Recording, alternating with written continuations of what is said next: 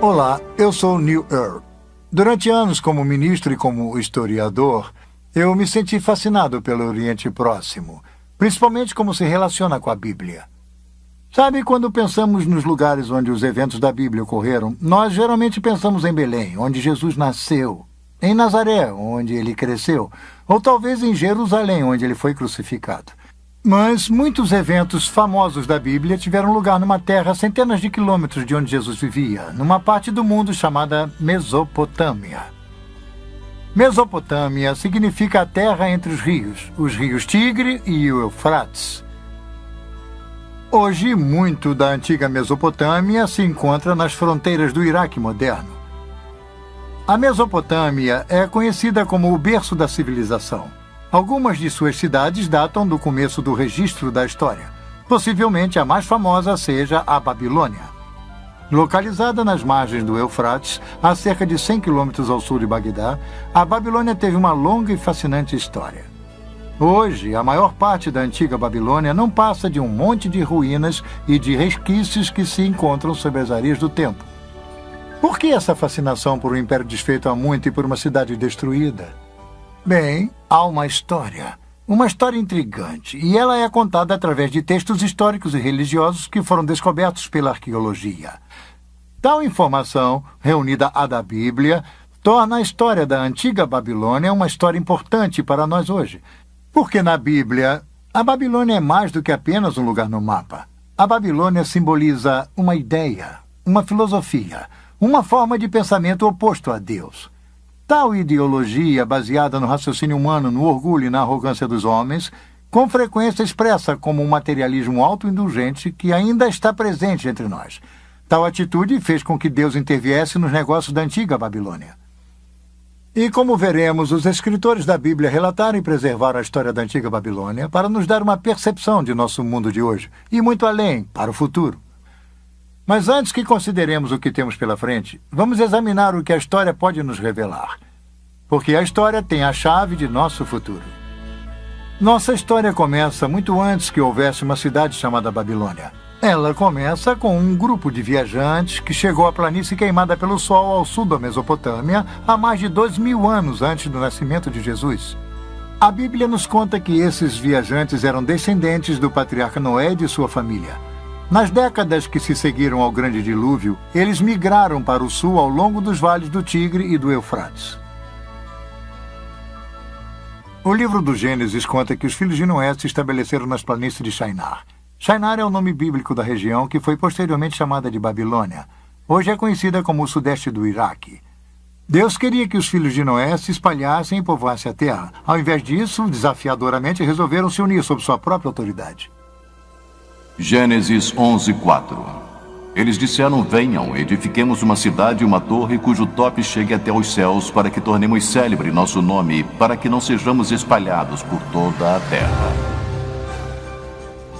De acordo com o historiador do século I, Flávio Josephus, o líder dessa gente era Nimrod, o bisneto de Noé.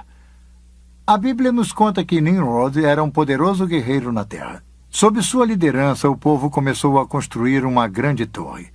Nimrod queria criar um embevecimento, um encantamento. Ele queria construir um império. Ele queria manter o povo unido sob sua autoridade. A Torre de Babel, eu acho que ilustra tal propósito com perfeição, porque é exatamente o que eles tentaram fazer. Eles tentaram ser os criadores. Porque quando você para pensar nisso, o Gênesis apresenta a criação em termos de ter sido na forma e na natureza de Deus. E então nos tornamos pequenos criadores. E principalmente em papéis de poder, eles sentiram que haviam se tornado criadores. E se você cria algo e sente que ele é tão superior, que, num certo sentido, você pode quase se ver como sendo uma pessoa destinada, até mesmo divina, como os antigos dirigentes com frequência se viam. Para construir uma torre que chegaria aos céus. Isso não lhe soa familiar? Seria a tentativa antiga da humanidade de atingir o espiritual através do físico. Os artistas ofereceram suas impressões de como essa torre, a famosa Torre de Babel, poderia ter sido. Algumas delas bastante rebuscadas. Provavelmente não passava de um simples monte de tijolos e de terra, não muito diferente das torres mais recentes de templos chamadas ziggurats. Os ziggurats são quadrados na base, com lados inclinados em degraus chegando em cima de um relicário. A planície de Shinar é plana. Uma construção de 30 e poucos metros pode ser vista a quilômetros de distância. A torre medieval de Samarra, por exemplo, localizada no norte de Bagdá, é um minarete espiral com cerca de 50 metros de altura. Sua proeminência através da região serve como um marco direcional conveniente. Na verdade, alguns viajantes medievais achavam que ela fosse a Torre de Babel. A Bíblia nos diz que Deus permitiu que os construtores trabalhassem na torre por uns tempos.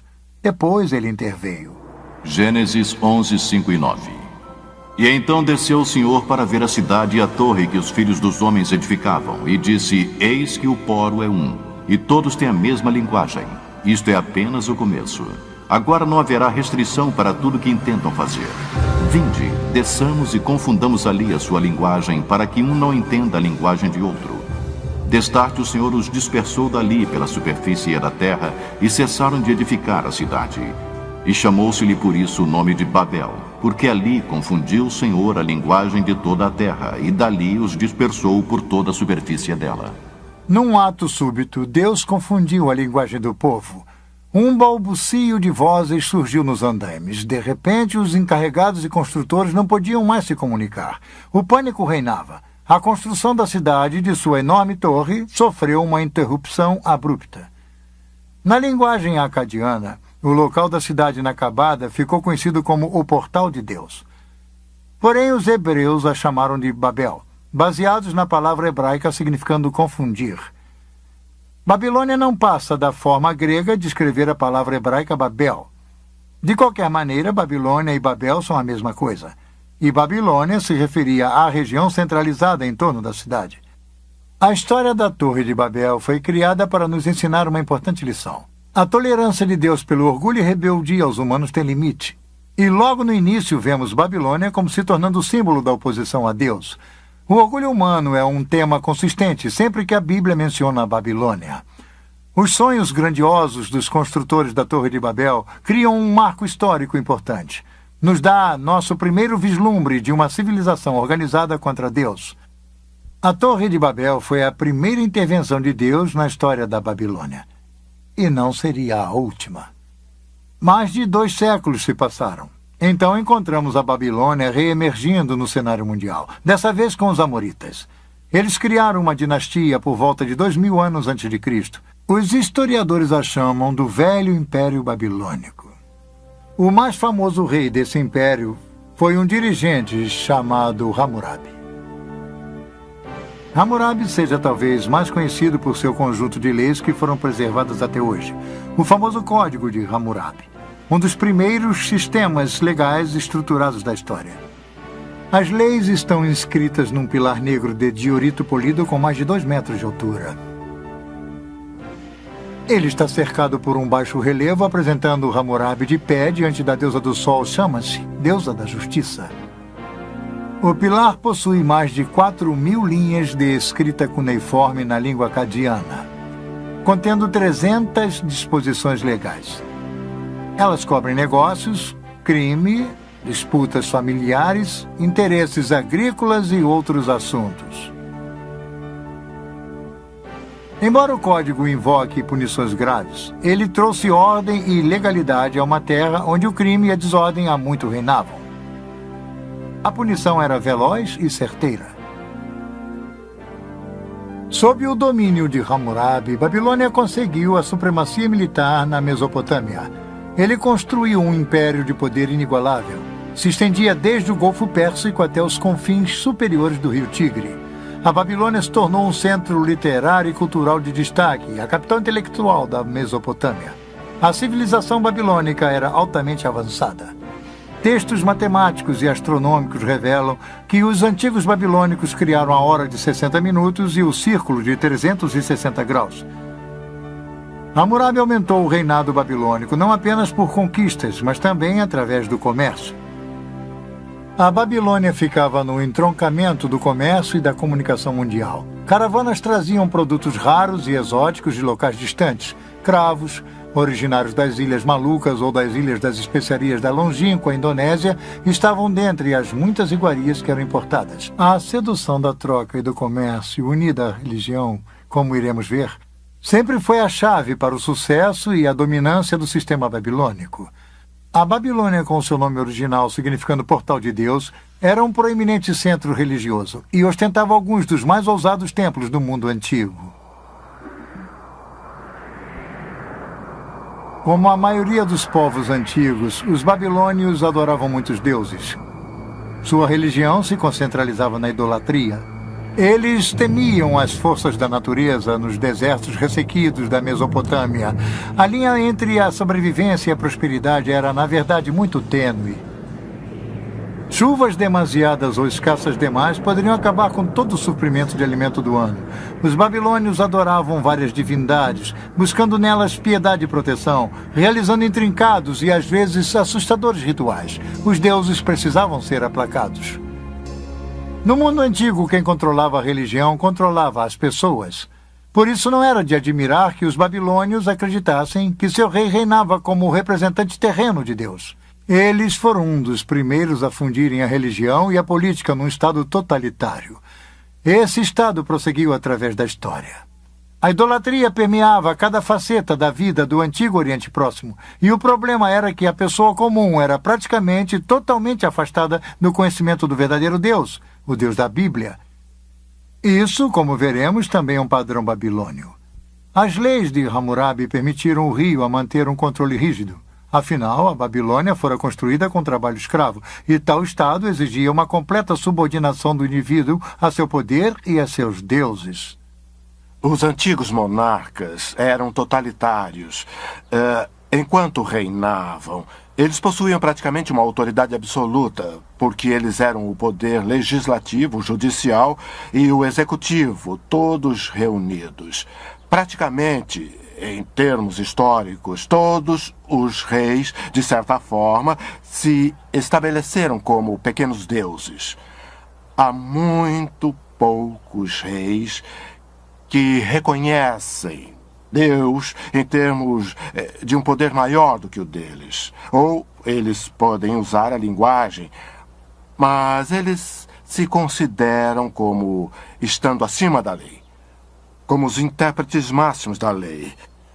Então, eu sempre digo que há apenas há alguns reis que não se consideravam pequenos deuses. Hammurabi criou um dos maiores impérios do Antigo Oriente Próximo. Ele estabeleceu a base para uma civilização que iria perdurar por mais de 1000 anos após sua morte. Mas era uma civilização baseada no poder, no prestígio, na busca da riqueza e com pouco conhecimento do Deus Criador. Até mesmo a dinastia de Hammurabi não conseguiu durar para sempre. Depois de um reinado de mais de 40 anos, tribos bárbaras das montanhas do leste chegaram para atacar e enfraquecer a Babilônia. Um longo período de conflitos começou. Cerca de 1600 anos antes de Cristo, a Babilônia foi saqueada e queimada por outro povo mencionado na Bíblia, os hititas. Os hititas levaram as riquezas e os prisioneiros da Babilônia para a distante Anatólia, nossa moderna Turquia. Mais tarde, os assírios, bem conhecidos de leitores do Velho Testamento, conquistaram a Babilônia. Séculos de caos político iriam se instalar até que a Babilônia surgisse novamente como uma cidade independente. A primeira grande era da Babilônia havia se acabado. A antiga Assíria era um dos poderosos rivais da Babilônia. Este enorme touro alado assírio com cabeça humana é um testemunho contumaz do poder da Assíria. O Império Assírio era uma enorme máquina militar, amplamente encarada como um dos reinos mais brutais e opressores da história. Em 689 a.C., um golpe impõe ainda mais humilhação sobre a Babilônia. Na tentativa de dominar uma revolta babilônica, as hordas assírias sob o rei Senacherib pilham e queimam a Babilônia e jogam todos os escombros no Eufrates. Os assírios inundam a cidade. Até suas fundações são destruídas. Senacherib se gaba. Eu tornei sua destruição mais completa do que a feita pela enchente, para que nos dias que virão o local da cidade, seus templos e deuses não sejam lembrados. Eu a extirpei totalmente através da inundação e a transformei numa campina. Sennacherib deixou a Babilônia achando que havia lhe dado o golpe fatal. Ele estava redondamente enganado. A Babilônia não se abate assim tão facilmente. Ela se ergueria novamente para aclamar sua vingança. E foi exatamente o que aconteceu. O local da Babilônia foi eventualmente ocupado e reconstruído pelos caldeus. Foram os caldeus que finalmente humilharam a orgulhosa Assíria. Foi no ano de 612 a.C. quando os caldeus atacaram as muralhas de Nínive, capital da Assíria. Nínive caiu. Foi totalmente destruída. Hoje, as ruínas de Nínive atestam a destruição quase total da antiga cidade. O desaparecimento de Nínive foi tão completo que só foi redescoberta há 150 anos. O poder da Assíria havia sido domado, mas sob os caldeus, Babilônia estava de volta com sua vingança. E aí está uma grande chave para a história e a profecia bíblica. A Babilônia. Esta grande cidade, este grande inimigo simbólico de Deus, emerge repetidamente do abismo da destruição. Ela reaparece sempre nos diversos estágios da história, influenciando o curso da civilização.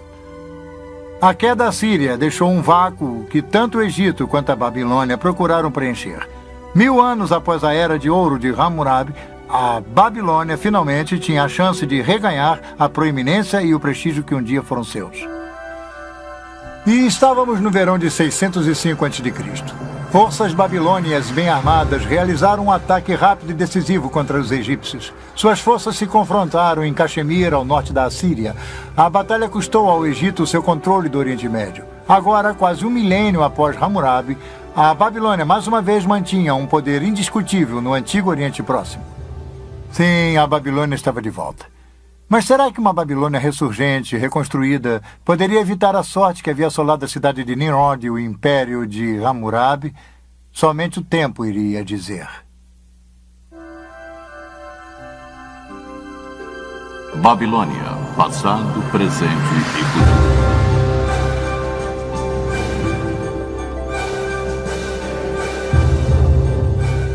O exército egípcio do faraó Nexo II se defrontou com a Babilônia em 605 a.C. em Caxemir, no rio Eufrates. O combate foi acirrado. As perdas egípcias foram estarrecedoras. A batalha custou aos egípcios seu controle do Oriente Médio. O general que despachou os egípcios era um príncipe coroado caldeu de 25 anos. Ele mais tarde se tornaria o maior rei da Babilônia, o legendário Nabucodonosor. A Babilônia chegaria ao ápice de sua glória sob o poder desse dirigente. Nimrod, Hammurabi e agora Nabucodonosor. O Velho Testamento treme ao ouvir seu nome. Sob seu reinado, a Babilônia se tornou a metrópole mais poderosa de seu tempo. Invejada, temida tanto por amigos quanto inimigos. Nabucodonosor, o rei, pelo que podemos dizer, é um composto de vários aspectos de seres humanos. Ele é poderoso e cruel quando ele precisa ser. Ele também aparece como um ser humano que tem dúvidas, perguntas. Ele não consegue responder a todas as perguntas. Então ele tenta se cercar daqueles que, pelo menos, podem responder a algumas dessas perguntas. E se eles não as respondem muito bem, ele os elimina. E isso é verdade com relação a vários déspotas orientais.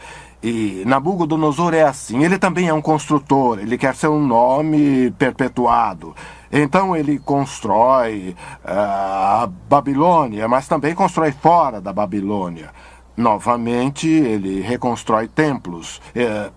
Ele faz todas essas coisas numa tentativa de agradar os deuses. Porque ele não tem certeza do que os deuses irão fazer. Mesmo que ele possa mandar em seres humanos, ele não pode dominar tudo. Então, vemos esse complexo num só indivíduo. Mas não podemos penetrar em sua mente. Somente podemos ver o que ele tentou fazer e criar, e tentar imaginar o que motivou seu temperamento. Foi Nabucodonosor que conquistou Jerusalém em 605 a.C. Durante seu reinado, o reino de Judá foi reduzido a um estado de vassalo. 5 anos mais tarde, contra o conselho do profeta Jeremias, os judeus se rebelaram contra a Babilônia. Nabucodonosor retaliou 2 anos mais tarde, sitiando Jerusalém, a cidade sagrada dos judeus. Jerusalém caiu em 597 a.C. Naquela época, Nabucodonosor levou o monarca judeu, o jovem Joaquim, de volta para a Babilônia. Ele então colocou um rei fantoche, Zedequias, no trono de Judá. Tudo isso é mencionado pelos autores da Bíblia. É interessante notar que alguns desses detalhes são confirmados por inscrições encontradas nas ruínas da própria Babilônia. Este bloco de barro do Museu Britânico, chamado de Crônica de Nabucodonosor, foi traduzido em 1956. Ele registra a derrota dos egípcios em Caxemira em 605 a.C. Nos conta sobre a subida de Nabucodonosor ao poder, menciona a conquista de Jerusalém e a nomeação de Zedequias como rei fantoche em Judá. Esta é uma confirmação surpreendente dos famosos eventos da história bíblica. Mas, uma década mais tarde, a Judéia se rebelaria pela última vez. O rei fantoche de Jerusalém, Zedequias, fez uma trama com os egípcios. Nabucodonosor reagiu com um ataque final devastador. Durante 18 meses, a cidade ficou sitiada. Finalmente, no verão de 587 a.C., Nabucodonosor conquistou e dessa vez destruiu Jerusalém e seu templo. Ele pilhou seus tesouros e levou a maior parte da população restante para a Babilônia.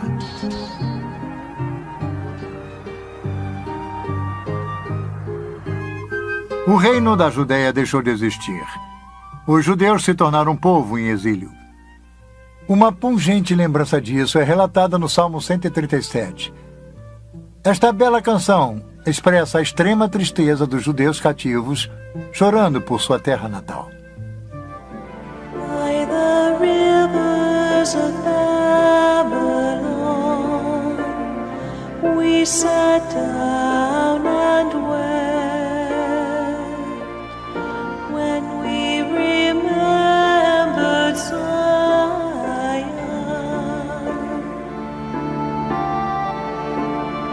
If I forget you, O Jerusalem, may my right hand forget its skill. May my tongue cling to the roof of my mouth. If I do not remember you, if I do not consider Jerusalem my highest joy.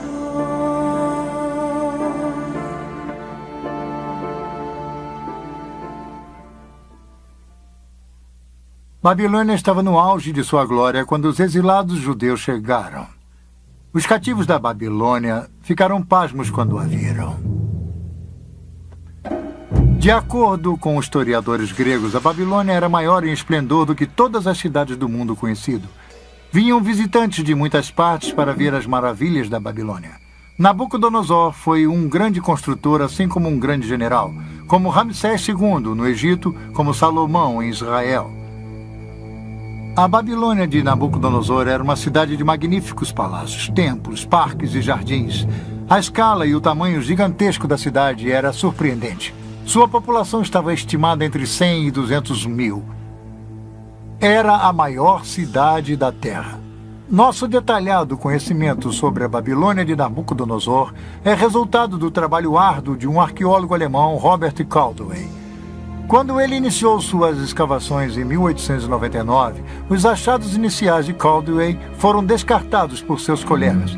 Mas, à medida que suas escavações começaram a descobrir a Babilônia da Bíblia como uma realidade histórica, seu trabalho se tornou o assunto da Europa.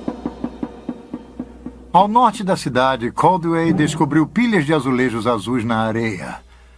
Os azulejos haviam decorado as paredes laterais do caminho processional da cidade. O tijolo era o material padrão usado pelos babilônios para construir.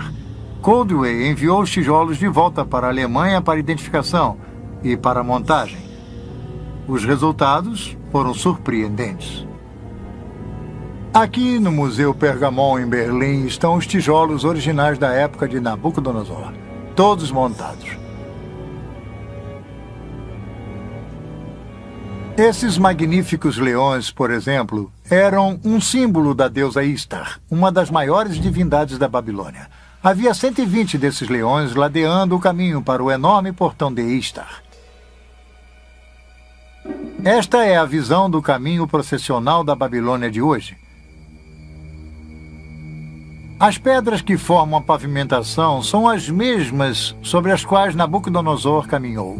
Suas paredes foram parcialmente reconstruídas por arqueólogos, e embora elas não tenham os belos leões de tijolos brilhantes que uma vez se adornavam, elas ainda fornecem a ideia da magnificência dessa famosa avenida.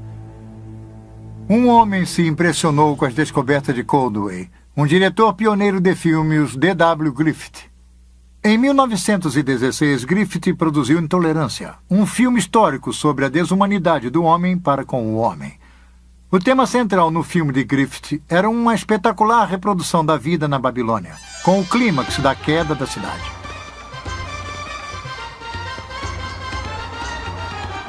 No filme, Griffith traz de forma mágica para a tela a magnificência e a grandiosidade da Babilônia de Nabucodonosor. Uma cidade que havia sido enterrada durante 25 séculos. Quando usamos a expressão esplendor pagão, ela poderia ter sido criada para a antiga Babilônia.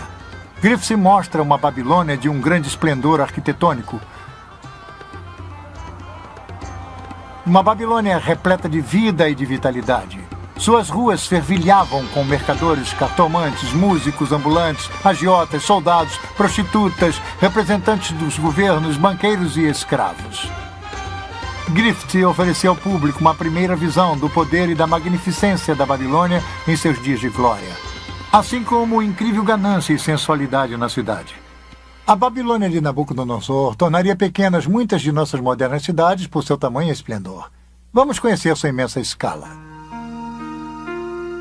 A Babilônia tinha um formato quase quadrado, dividido ao meio pelo rio Eufrates.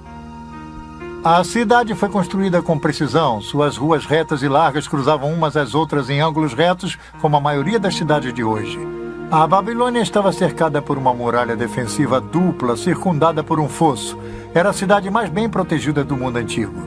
De acordo com uma fonte antiga, as muralhas da Babilônia tinham mais de 100 metros de altura por 30 metros de largura. Havia espaço suficiente em seu topo para permitir que uma charrete puxada por 4 cavalos desse uma volta completa.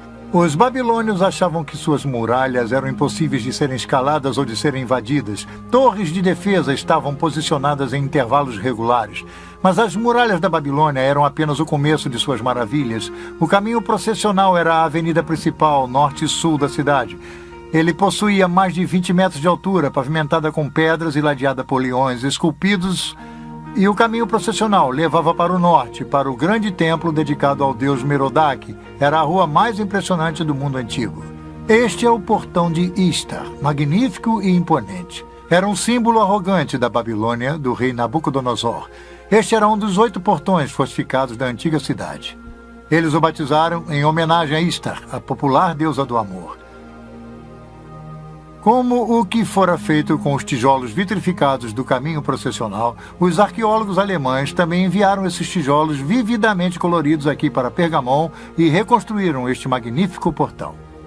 O portão de Istar, renomado em todo o mundo, é um símbolo do inigualável poder e força da Babilônia. Por ele passaram os exércitos vitoriosos da poderosa Babilônia quando retornavam de conquistas distantes.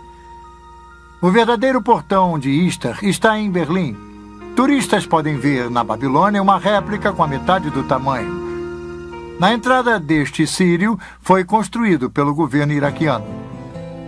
Não muito distante do portão de Istar, Nabucodonosor construiu um magnífico palácio. Este palácio continha 4 grandes pátios cercados por muitos apartamentos e suítes.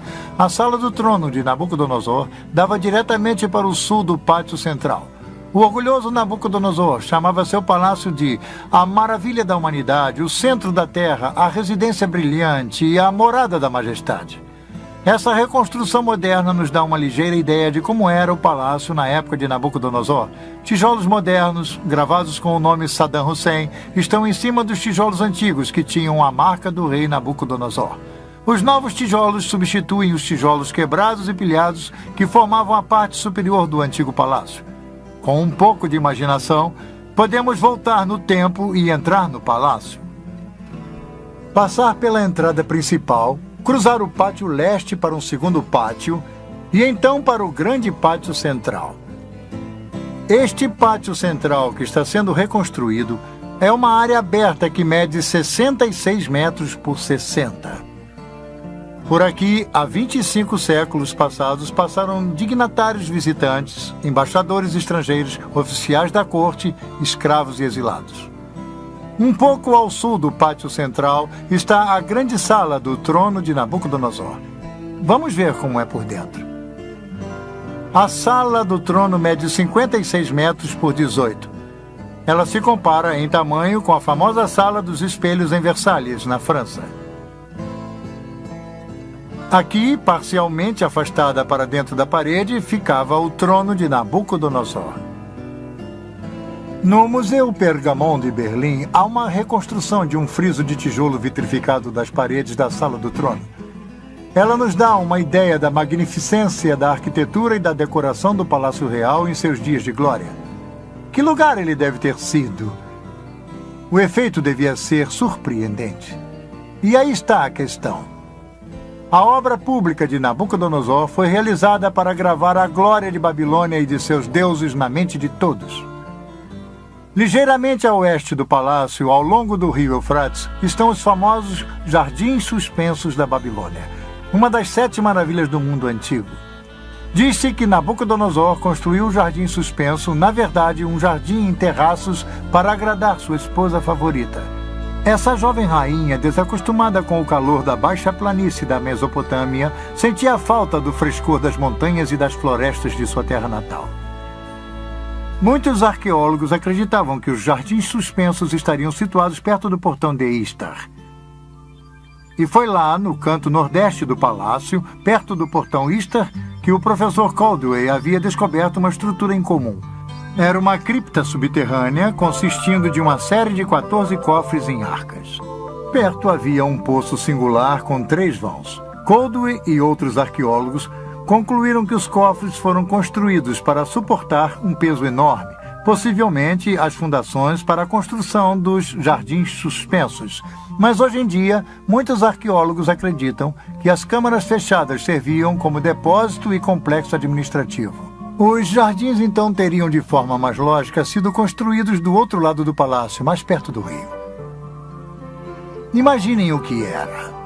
A Babilônia estava em seu zênite. Suas muralhas altas mostravam brasões com os símbolos coloridos de um grande império. Babilônia era impressionante, mas também era notória por sua decadência e por sua sensualidade.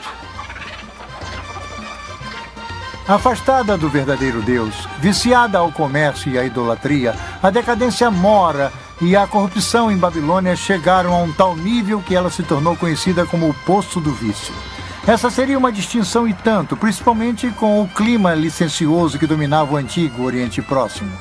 Novamente vemos a Babilônia como um símbolo de tudo que é oposto aos caminhos de Deus. Obcecado por seus prazeres malévolos e repleto de orgulho por seus grandes feitos, o povo da Babilônia, assim como seu rei, se encaminharam para o seu dia de ajuste de contas.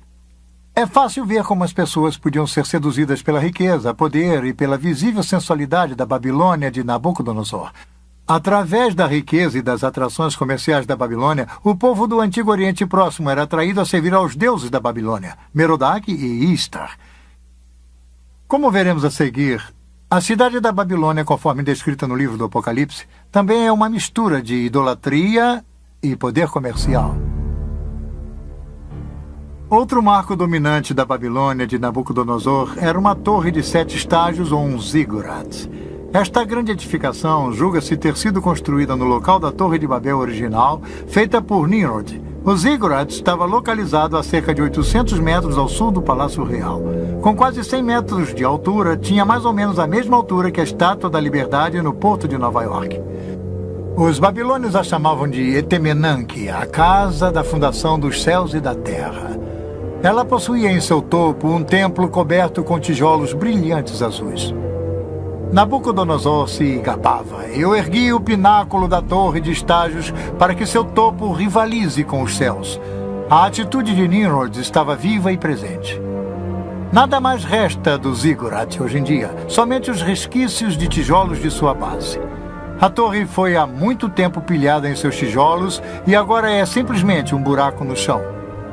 Oposto ao ziggurat havia um enorme templo, o Templo de Merodach. Ele abrigava uma grande estátua de Merodach que diz-se era feita com 22 toneladas de ouro. Ele era comumente chamado de Bel, significando Senhor. Do relicário de Merodach, Nabucodonosor espalhou o conhecimento de Bel através do Antigo Oriente Próximo.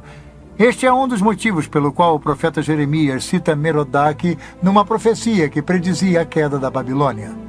Jeremias 52. A Babilônia será tomada, Bel está confundido e Merodach abatido. Cobertas de vergonha estão as suas imagens e seus ídolos tremem de terror. Porque do norte subiu contra ela uma nação que tornará deserta a sua terra e não haverá quem nela habite. Assim, os homens como os animais fugiram e se foram. A Babilônia parecia inexpugnável. Seu poder e sua riqueza dominavam o Antigo Oriente Próximo, mas igualmente sua crueldade e sua luxuriante idolatria. Como vimos na Torre de Babel, Deus não tolera para sempre o orgulho e a arrogância dos humanos. Em sua piedade, Deus tentou avisar Nabucodonosor. O rei começou a ter sonhos perturbadores, mas eram sonhos de aviso do próprio Deus Criador. Nabucodonosor não sabia o que estava acontecendo, nem ninguém em sua corte, a não ser uma pessoa, um jovem judeu cativo, um homem de Deus chamado Daniel. Babilônia, passado, presente e futuro.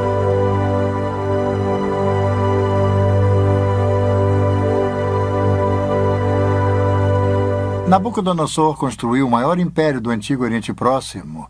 Como general, ele era invencível. E também era um regente astuto. Quando os exércitos do rei haviam levado Daniel e outros proeminentes cidadãos de Jerusalém para a Babilônia, Daniel foi colocado na própria corte de Nabucodonosor.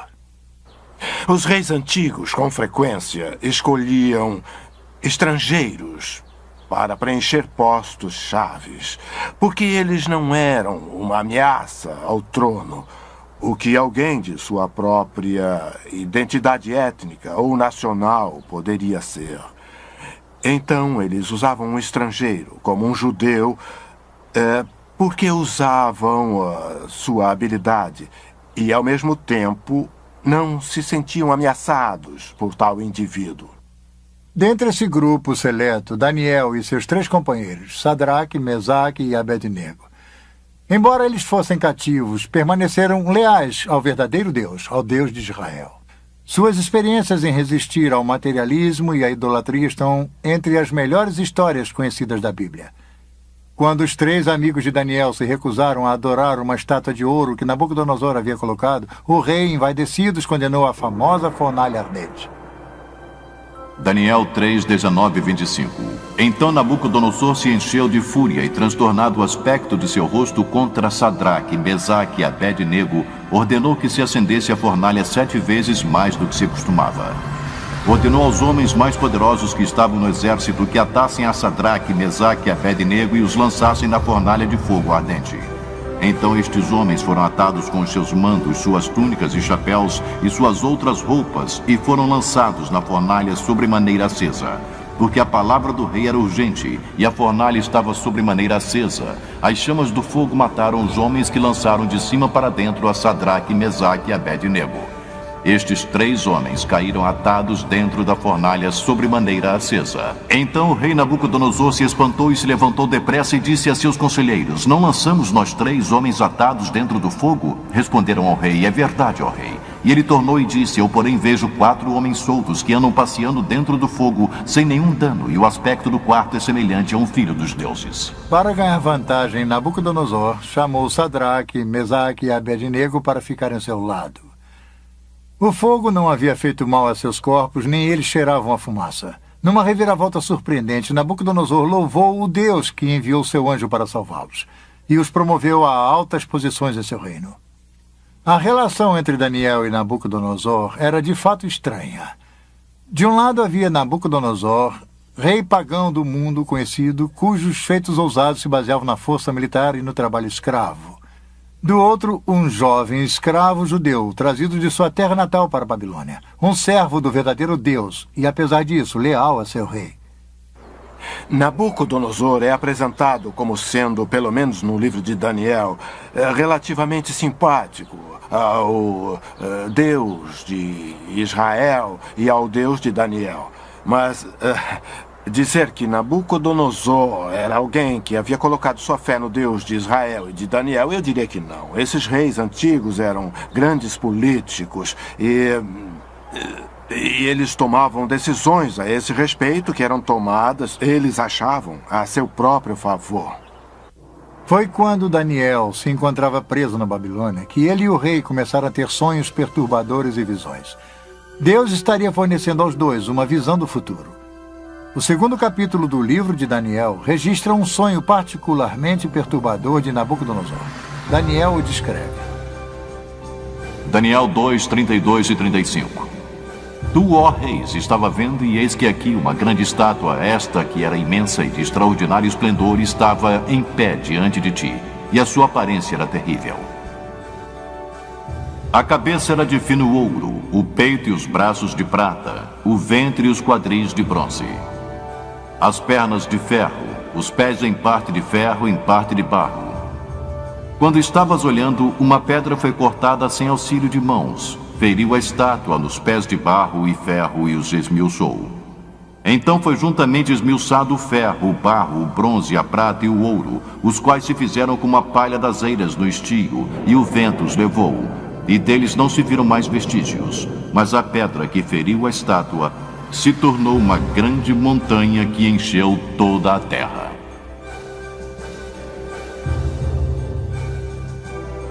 Não foi à toa que este sonho perturbou Nabucodonosor. Daniel disse ao rei o que havia visto e lhe fez uma interpretação, uma revelação do próprio Deus. A cabeça de ouro era o império de Nabucodonosor. A prata, o bronze e o ferro e parte de barro e ferro da estátua representavam os reinos sucessivos. Cada um deles era inferior ao outro. A pedra simbolizava o justo reino de Deus, o Deus não visto que determina o destino de todos os reinos, inclusive o de Nabucodonosor. Quando Nabucodonosor soube da interpretação, se prostrou diante de Daniel e novamente louvou o Deus de Israel. Mas a velha arrogância em breve voltaria. O livro de Daniel retrata Nabucodonosor sob molde de muitos ditadores que vimos passar pelo curso da história. Era orgulhoso e dado a ataques de raiva. Controlava um grande império, mas não conseguia se controlar. Daniel avisou a Nabucodonosor que Deus, que controlava todos os reinos da terra, o humilharia gravemente se não mudasse o seu comportamento. Os avisos caíram em ouvidos surdos. Ao invés de dar a glória a Deus, Nabucodonosor se viu como uma fonte da grandiosidade. O livro de Daniel descreve como Deus humilha o orgulhoso rei e como Deus o ensina que havia um reino bem mais poderoso do que a Babilônia. Um reino espiritual. O reino de Deus. Um dia, ao caminhar no teto de seu palácio, Nabucodonosor, do alto de sua grandiosidade, olha para a cidade. Ele não pôde evitar e se gabou. Daniel 4, 30, 31 e 33. Não é esta grande Babilônia que eu edifiquei para a casa real com meu grandioso poder e para a glória da minha majestade? Falava ainda o rei quando desceu uma voz do céu. A ti se diz, ó rei Nabucodonosor, já passou de ti o reino. No mesmo instante se cumpriu a palavra sobre Nabucodonosor e foi expulso de entre os homens, e passou a comer erva com os bois. O seu corpo foi molhado do orvalho do céu até que lhe cresceram os cabelos como as penas da águia e as suas unhas como as das aves.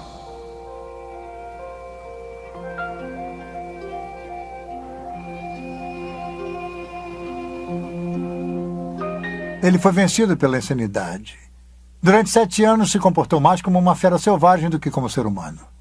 No final de 7 anos, a mente de Nabucodonosor se recuperou, mas a experiência havia lhe ensinado uma lição primordial, e talvez a lição mais importante do livro de Daniel.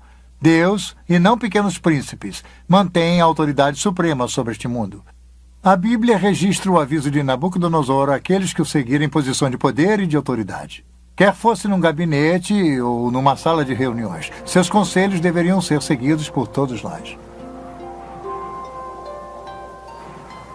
Daniel 4, 34, 35 e 37. Mas ao fim daqueles dias, eu, Nabucodonosor, levantei os olhos ao céu, tornou-me a vir o entendimento. E eu bendigo o Altíssimo, e louvei e glorifiquei ao que vive para sempre, cujo domínio é sempiterno, e cujo reino é de geração em geração. Todos os moradores da terra são por ele reputados em nada, e segundo a sua vontade ele opera com o exército do céu e os moradores na terra. Não há quem lhe possa deter a mão nem lhe dizer que fazes. Agora, pois, eu, Nabucodonosor, louvo, exalto e glorifico ao Rei do céu, porque todas as suas obras são verdadeiras e os seus caminhos justos, e pode humilhar aos que andam na soberba. Mas se Nabucodonosor aprendeu uma lição importante, seus descendentes não aprenderam. Após um reinado de 43 anos, Nabucodonosor morreu em 562 a.C. Foi sucedido por 4 reis num período de 7 anos, cada sucessor mais fraco do que o outro. O último rei de Babilônia foi Nabonide ou Nabone. Ele assumiu o trono em 55 a.C.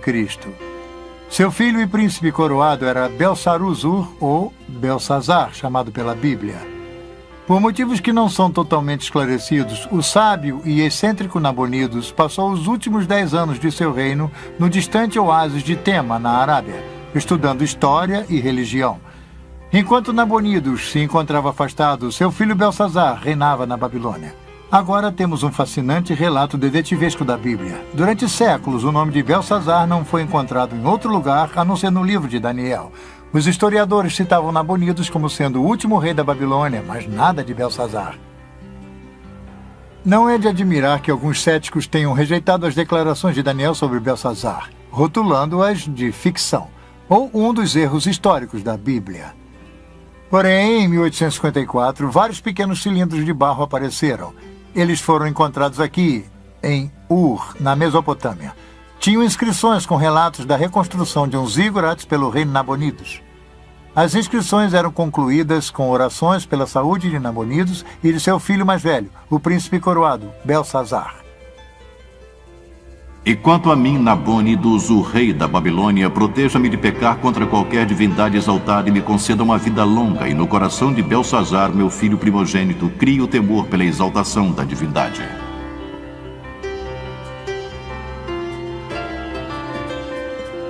Tal achado arqueológico é importante para a história de Daniel, porque a inscrição esclarece o comando de Belsazar no 5º capítulo, versículo 29 de Daniel. É aí que Belsazar proclama Daniel como o 3º maior regente do reino. Nabonidos era o 1º, Belsazar o 2º e Daniel o 3º. Este é um exemplo notável da precisão da Bíblia. Foi durante o reino de Belsazar que Deus deu a seu profeta Daniel outra importante visão. Novamente, ele avistou um quadro profético.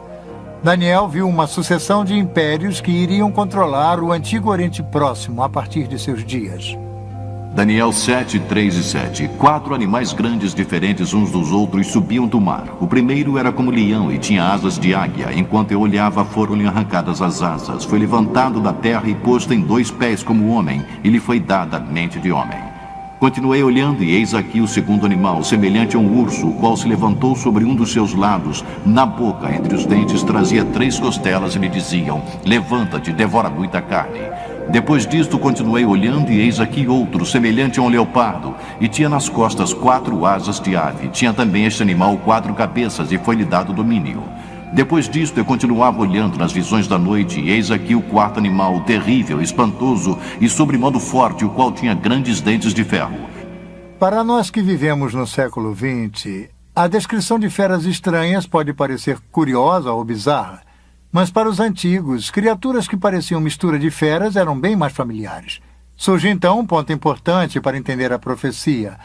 Alguns intérpretes bíblicos cometem o erro de tentar explicar o simbolismo bíblico sem referência ao background histórico do livro. Especulações elaboradas são necessárias. Para evitar essa armadilha, é essencial determinar o significado de um capítulo ou de um texto em seu ambiente natural. O importante é o que isso significou para as pessoas que ouviram pela primeira vez. Este é um princípio sólido para um bom estudo bíblico. Para as pessoas do tempo de Daniel, animais compostos tinham um significado. Vivendo e trabalhando na Babilônia, Daniel via essas descrições todos os dias. Vamos pegar, por exemplo, o famoso dragão de Merodach. Era o tema de decoração preferido da cidade, utilizado por artistas para ornamentar o portão de Istar. É uma fera híbrida ou composta. Tem as patas dianteiras de um felino, as patas traseiras têm garras como uma ave de rapina, a cabeça tem 2 chifres como uma víbora árabe com chifres, e o rabo termina num ferrão de escorpião. Essas estranhas feras místicas tinham um significado religioso importante para os antigos babilônios. Então, quando Daniel registrou os animais estranhos em sua visão, no capítulo 7, ele se deu conta que a visão iria ser significativa para a Babilônia. Um anjo explicou a Daniel que as 4 bestas eram os 4 impérios que iriam dominar o Antigo Oriente Próximo. O leão alado significava a própria Babilônia. De forma interessante, o leão da Babilônia é encontrado até hoje no antigo local da cidade. Em 1776, depois de Cristo, aldeões do Iraque descobriram este monumental leão de basalto. Isto confirma que o leão era o símbolo da deusa Istar e da própria Babilônia. O leão está de pé sobre um inimigo caído, preso embaixo de suas patas. As costas do leão têm marcas indicando que seriam para as celas de Istar. Uma mulher cavalgando uma fera? Esta seria uma imagem significativa mais tarde no livro do Apocalipse. De acordo com muitos comentaristas, o urso da visão de Daniel simbolizava os medas e os persas, e com certeza o Império Medo-Persa substituiu o babilônico.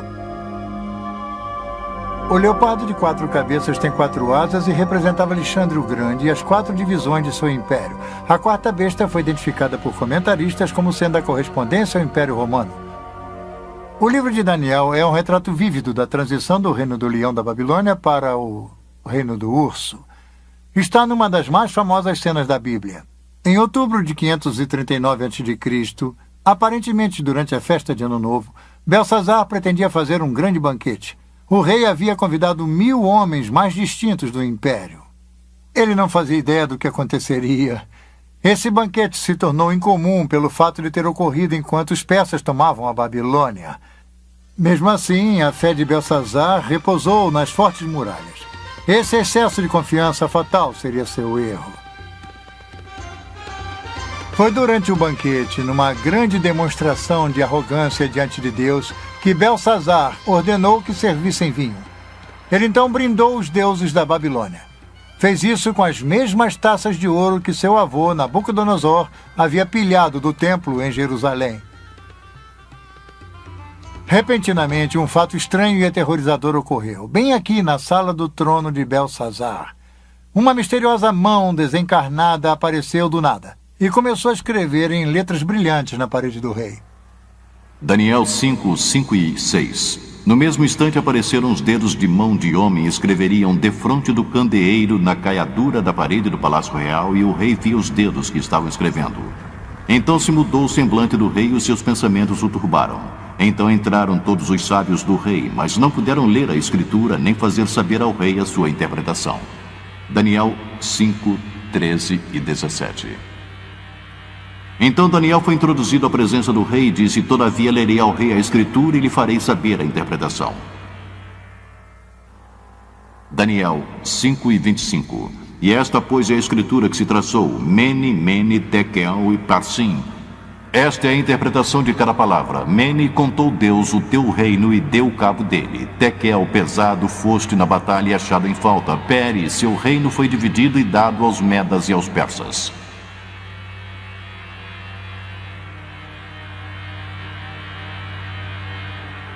Literalmente, as palavras Mene, Tekel e Peres eram os nomes de pesos comuns babilônicos. Antes das moedas serem inventadas, os negócios eram feitos através de lingotes de metal como moeda. Precisavam ser pesados numa balança com medidas precisas, como este leão de 2 menes, para pesar o seu valor. A interpretação de Daniel da escritura na parede foi feita através do significado de raiz. Mene, significando contar, Tekel, pesado, e Parsim, dividido. O tempo da Babilônia havia se esgotado. Conforme relata a Bíblia, naquela mesma noite, enquanto o escrito brilhava na parede, os exércitos de Ciro o Grande já entravam na cidade. As muralhas poderosas da Babilônia e suas fortificações imensas não puderam impedir sua queda, uma queda decretada por Deus. O profeta Isaías nos dá informações sobre o rei Ciro e seu papel na queda da Babilônia. Isaías 45, 1 e 3. Assim diz o Senhor ao seu ungido, a Crio, a quem tomo pela mão direita para bater as nações ante sua face e descingir os lombos dos reis para abrir diante dele as portas que não se fecharão. Eu irei adiante de ti, endireitarei os caminhos tortuosos, quebrarei as portas de bronze e despedaçarei as trancas de ferro. E dar-te-ei os tesouros escondidos e as riquezas encobertas para que saibas que eu sou o Senhor, o Deus de Israel, que te chama pelo teu nome.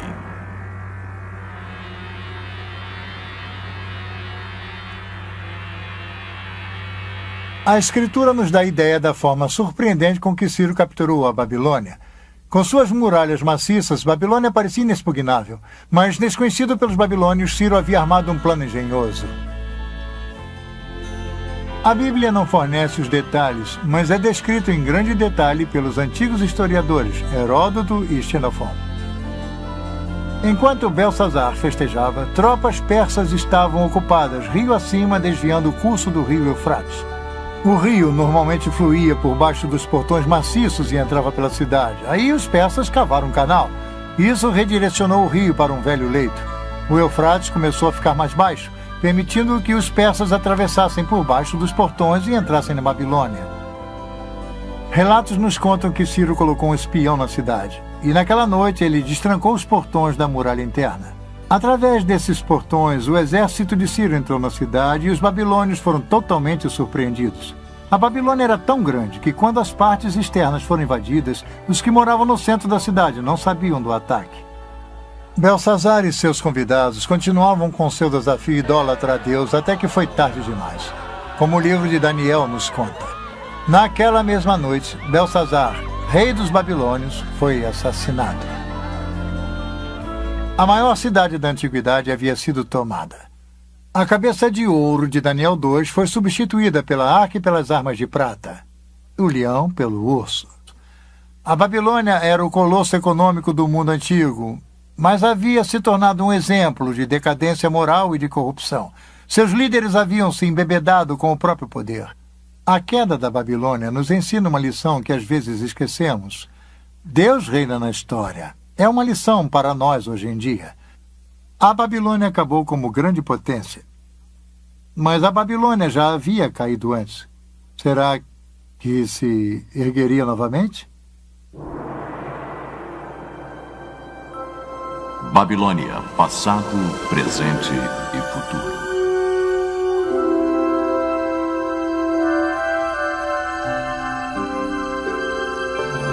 Nós seguimos a ascensão e queda da Babilônia, desde Nimrod a Belsazar. Belsazar foi o último rei da Babilônia, mas a cidade em si continuou sob domínio dos persas.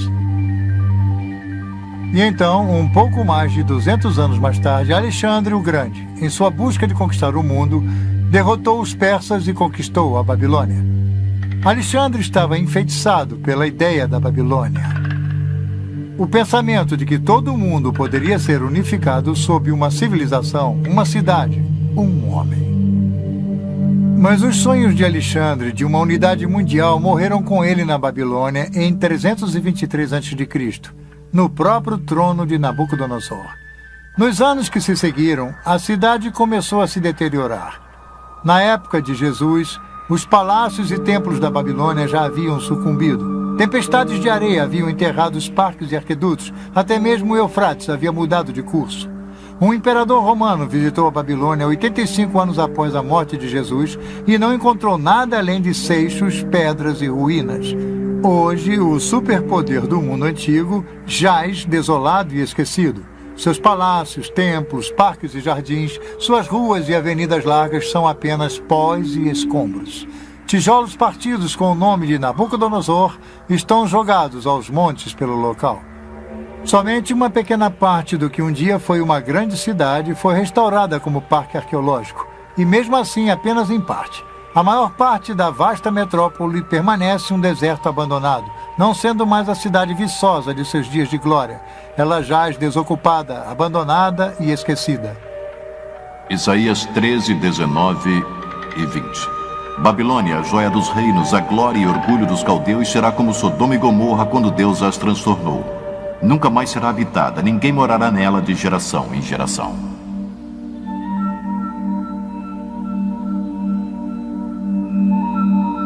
O escrito na parede havia previsto o final da Babilônia como uma cidade desenvolvida, mas não seria o final da Babilônia como uma ideia. Até mesmo Alexandre o Grande ficou seduzido pelo legado, e quando chegamos ao Novo Testamento, encontramos que a Babilônia se torna mais do que uma mera localidade geográfica. A Babilônia simboliza uma ideologia, uma atitude, a epígrafe de uma civilização organizada em oposição a Deus. Eu descreveria a Babilônia como sendo uma cidade que simboliza em escritura aquela na qual haveria o auge do poder humano e como ele reina, conquista e tudo mais através da história. Mas, em resumo, como seus regentes eram corruptos, ela, na verdade, tem o que merece no curso da história humana, porque aqueles que a governaram se consideravam pequenos deuses. Aí é que está a questão. Em todas as épocas, o povo de Deus viveu em meio a uma Babilônia espiritual, um mundo sem Deus. Em tal mundo, um mundo em busca do físico e do material, motivado pelo lucro, pouco se tem pensado ao reino espiritual, ao reino de Deus. Isso seria, como vimos, o padrão babilônico. E, nesse sentido, a Babilônia continua presente. Quando o Novo Testamento quer retratar o mal e o desafio a Deus até suas últimas consequências, usa a expressão que agora podemos muito bem relacionar a Babilônia a Grande. A expressão é encontrada no último livro da Bíblia, o misterioso Apocalipse ou o livro das profecias. O Apocalipse foi escrito sob uma notável visão de Deus dada a um homem chamado João. Sua visão é com frequência considerada uma das partes da Bíblia mais difíceis de ser entendidas. Está repleta de estranhas imagens, visões e sons, e uma das mais conhecidas seria a dos misteriosos 4 cavaleiros. Nós geralmente chamamos o Apocalipse de exemplo da literatura apocalíptica.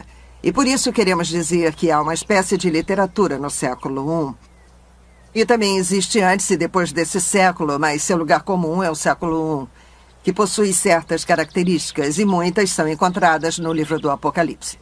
Algumas delas incluem visões. Em outras palavras, alguém tem uma visão e registra o que viu, e a visão pode ser uma visão do que está acontecendo no céu, ou uma visão do futuro, ou as duas coisas.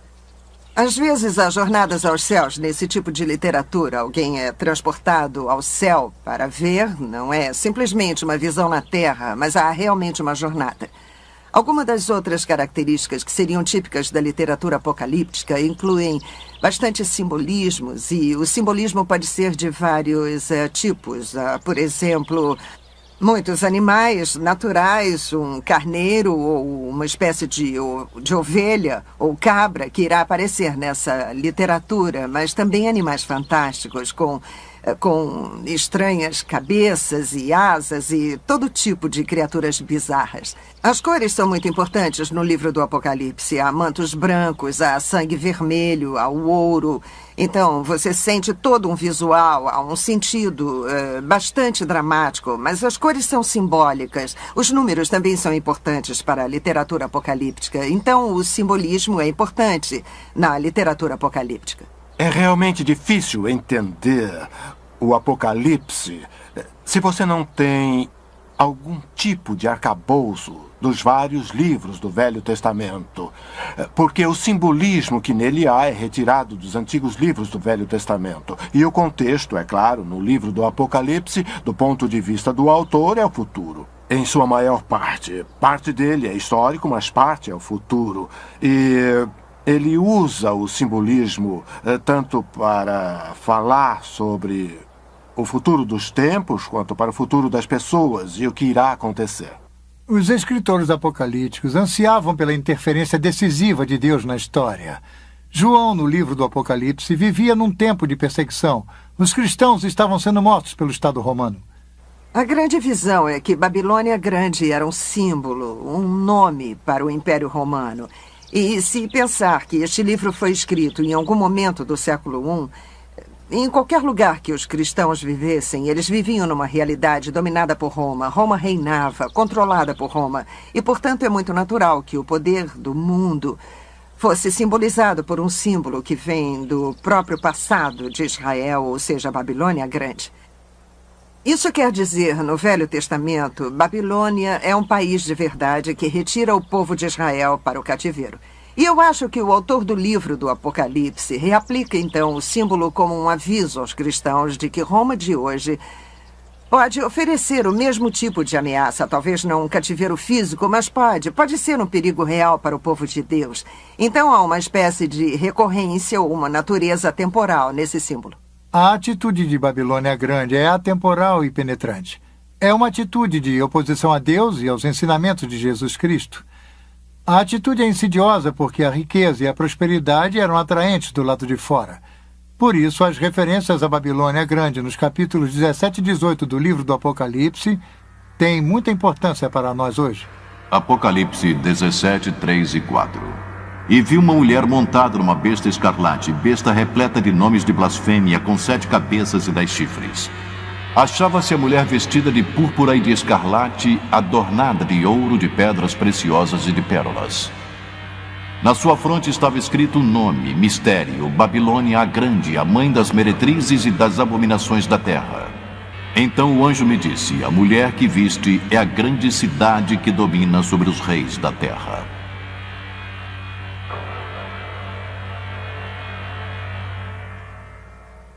Aqui temos toda a imagem vívida da literatura apocalíptica. É um tempo futuro.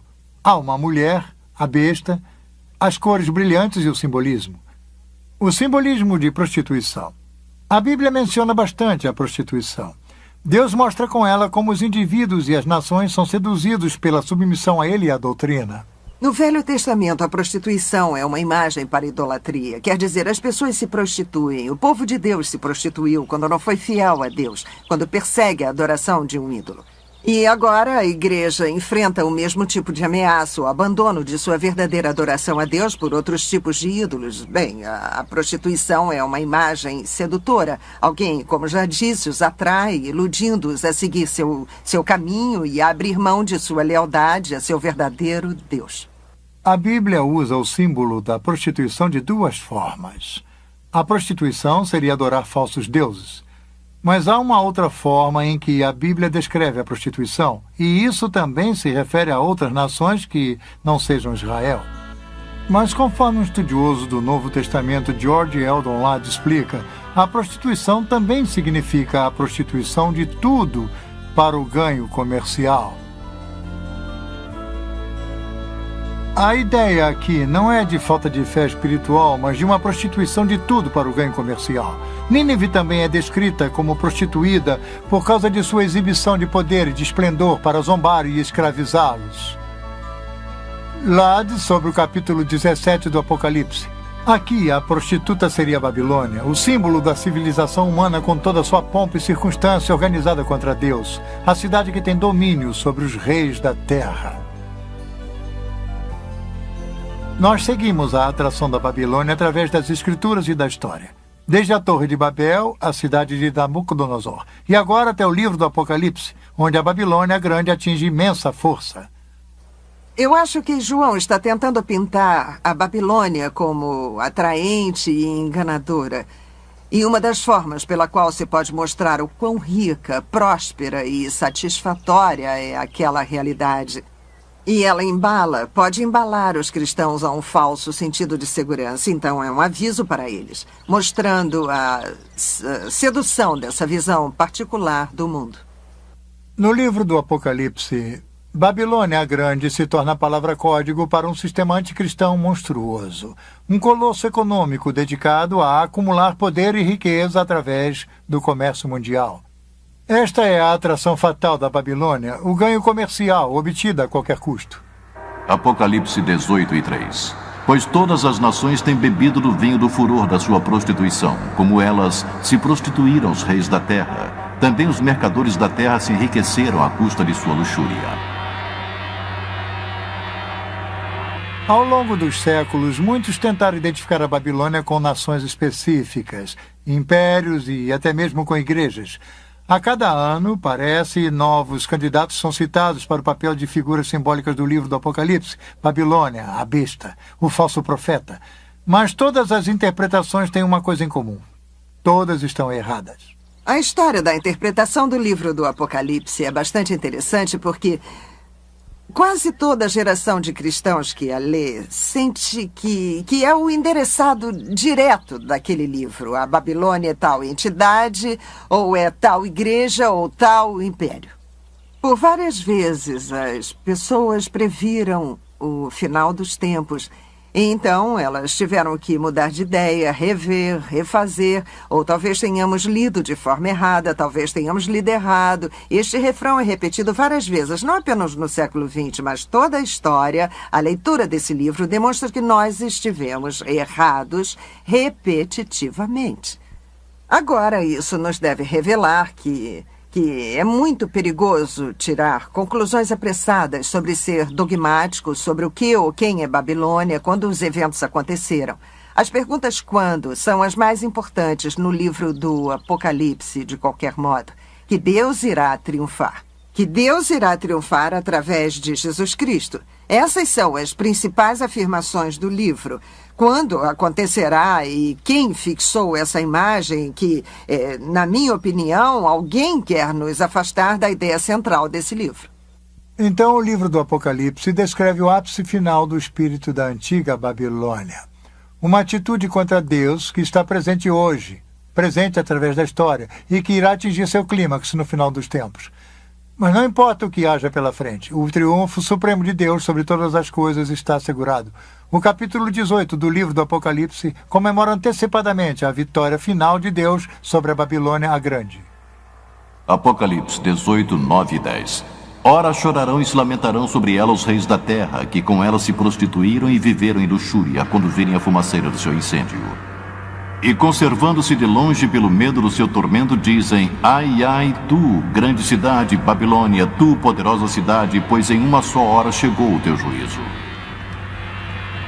E sobre ela choram e pranteiam os mercadores da terra, porque já ninguém compra a sua mercadoria. Os mercadores dessas coisas que por meio delas se enriqueceram, conservar-se-ão de longe, pelo medo do seu tormento, chorando e pranteando. Então um anjo forte levantou uma pedra como grande pedra de moinho e arrojou-a para dentro do mar, dizendo: assim com ímpeto será arrojada a Babilônia, a grande cidade, e nunca mais será achada.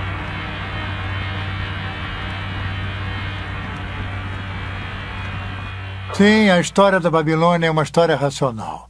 Aquela velha cidade enterrada na planície da Mesopotâmia se tornou símbolo de uma sociedade dominada pela ganância. Uma sociedade que se afastou cada vez mais do conhecimento de Deus. Isso lhe parece familiar? João descreve um mundo muito parecido ao nosso de hoje em dia. Os mercadores no Antigo Oriente Próximo enriqueceram pela exploração do prazer. Muitos negociantes de hoje em dia fazem a mesma coisa. Negócios e compras geralmente são feitos baseados na ganância, no dinheiro e no poder. Muitos indivíduos se aproveitam do sistema para enriquecer, explorando os jovens, os velhos, os incultos e os desafortunados.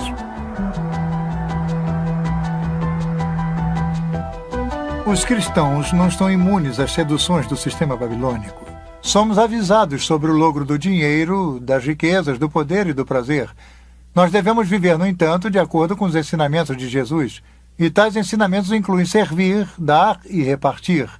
É por isso que João nos avisa: retirai-vos dela, povo meu, para não serdes cúmplices em seus pecados e para não participardes dos seus flagelos. O Novo Testamento está cheio de avisos contra os peritos e o engodo do materialismo. As riquezas levam a um falso sentido de segurança. Jesus disse: não se pode servir a dois senhores. Não se pode servir a Deus e ao dinheiro.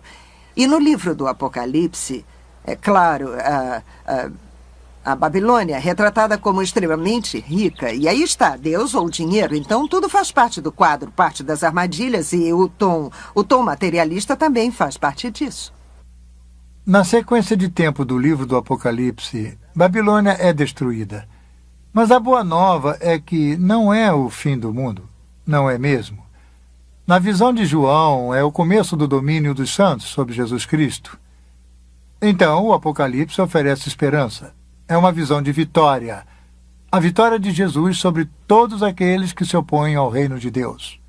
Dizer que o livro do Apocalipse é uma visão da vitória de Jesus Cristo é, na verdade, um ótimo resumo. Se você pensar no ponto de vista do primeiro século, os cristãos e nós hoje em dia, é uma declaração verdadeira de duas formas, que você pode olhar para trás e ver a vitória de Jesus na cruz. Estamos falando da vitória de Jesus sobre os poderes do pecado e da morte. E é precisamente essa vitória que garante a vitória futura e nos dá a esperança para um futuro. Então, sim, uma vitória final de Cristo é uma boa forma de resumir o livro, mas você tem que lembrar que ela começou quando Deus fez aquilo com Cristo na cruz. Nossa história nos levou de Nimrod a Nabucodonosor, ao presente e ao futuro. Nós vimos o legado da Babilônia. Tem sido um padrão familiar que vimos se tecendo ao longo da história. Essa atitude de Babilônia está presente hoje. Então somos desafiados a que reino iremos servir? Ao reino de Deus ou da Babilônia? A Deus ou ao dinheiro? Babilônia, a grande, representa o resumo do poder do homem distanciado de Deus. Porém, o reino de Deus é muito mais poderoso. Nosso chamado é para servir a esse reino e ao seu rei, Jesus Cristo. Em suma, este é o único reino que irá perdurar. O poder e a glória de Cristo apenas. Esta é a lição que até mesmo Babilônia, a grande, será forçada a aprender.